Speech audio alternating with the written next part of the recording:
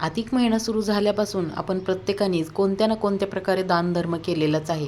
पण आता अधिक महिन्यातली शेवटची एकादशी आहे, ती म्हणजे कमला एकादशी 11 जून वार गुरुवार रोजी. म्हणजेच ही एकादशी उद्या आहे आणि ह्या एकादशीचं औचित्य साधून आपल्याला एका महत्त्वपूर्ण गोष्टीचं दान करायचं आहे. तर कोणत्या गोष्टीचं दान करायचं आहे, दान कुठे करावं, कसं करायचं आहे, याबद्दलची संपूर्ण माहिती सांगणार आहे. तर व्हिडिओ शेवटपर्यंत नक्की पहा. उद्या आहे कमला एकादशी आणि या एकादशीला प्रचंड महत्त्व आहे. तर या एकादशीच्या निमित्ताने आपल्याला दीपदान करायचं आहे. आपण इतर महिनाभर भरपूर दानधर्म केलेला आहे. प्रत्येकाने ज्याच्या त्याच्या परीने दानधर्म केलेला असो, पण दीपदान आपण सर्वजणांनी करायचं आहे.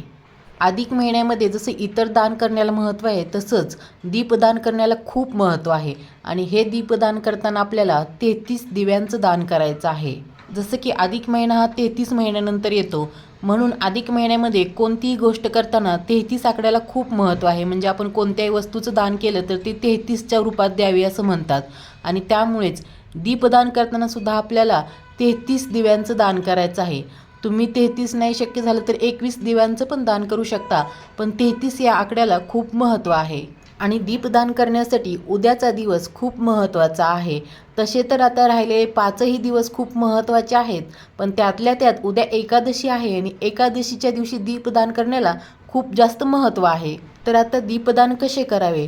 तर बघा, तुम्ही कोणत्याही मंदिरात जाऊ शकता. म्हणजे विठ्ठल रुक्मिणी समोर तुम्ही दीपदान करू शकता, शंकर भगवानांच्या मंदिरात जाऊ शकता, श्रीरामांच्या मंदिरात जाऊ शकता, किंवा बाळकृष्णांच्या मंदिरात किंवा स्वामींच्या मंदिरात जाऊन तुम्ही दीपदान करू शकता. दीपदान करताना आपण एकतर सकाळी लवकर दीपदान करायचं आहे, किंवा मग संध्याकाळी जेव्हा आपण दिवाबत्ती करतो त्यावेळेस आपण दीपदान करू शकता. तर आपण 33 दिव्यांचं दान करताना आपल्याला 33 दिवे घ्यायचे आहेत. तुम्ही बाजारातून छोटे छोटे तांब्याचे दिवे मिळतात, ते आणू शकता. दीपदान करण्यासाठी जो आपण दिवा वापरणार आहोत तो आपल्याला दान करायचा आहे, तो आपल्याला घरी आणायचा नसतो. त्यामुळे तुम्ही तेही दिवे घेऊ शकता. जर तुम्हाला ते शक्य नसेल तर मग आपण मातीची जी पंती वापरतो तेही घेऊ शकता, किंवा आपण कणकीचेही दिवे करू शकता.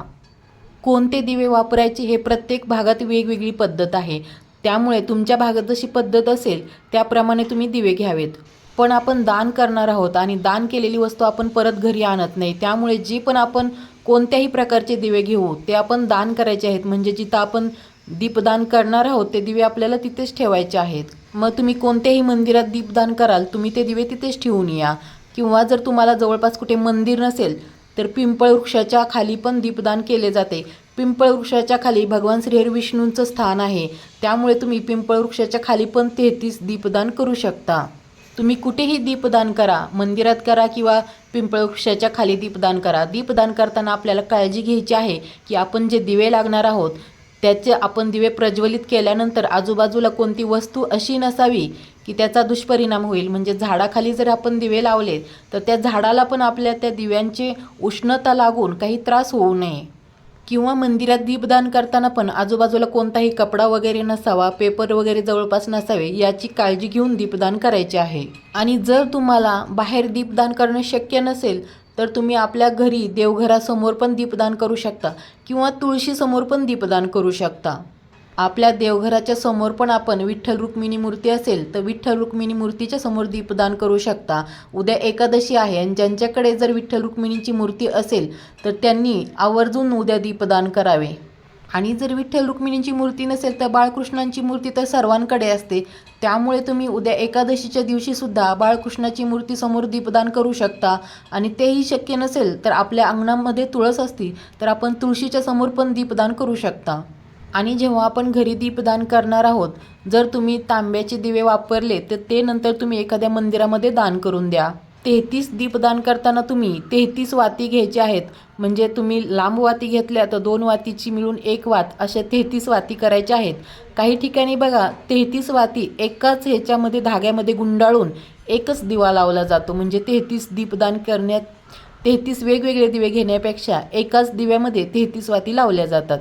पण ती वात खूप मोठी होती आणि तुम्हाला जर वेगवेगळे दिवे लावायचे असतील 33 तर तुम्ही एका ताटामध्ये पण 33 वाती घेऊन लावू शकता, किंवा मग फुलवाती घेऊन 33 वाती एका ताटामध्ये ठेवून तसं पण दीपदान करू शकता। आणि घरी पण दीपदान करताना आपल्याला आवर्जून काळजी घ्यायची आहे की आपल्या घरातले जवळपास पडदे वगैरे नसावे देवघराच्या जवळ, आणि कोणतेही बॉक्स पेपर असे नसावे। हे सर्व सांभाळून काळजी घेऊन दीपदान करा।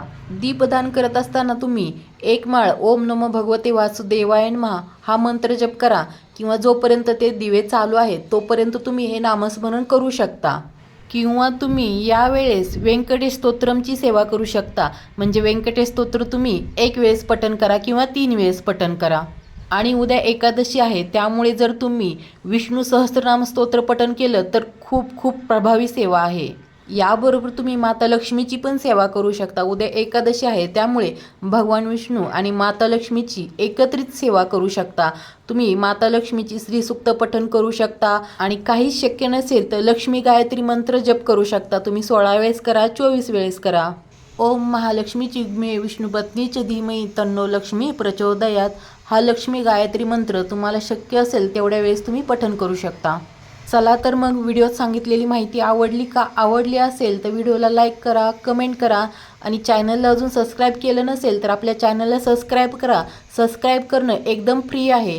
तोपर्यंत सर्वांना धन्यवाद।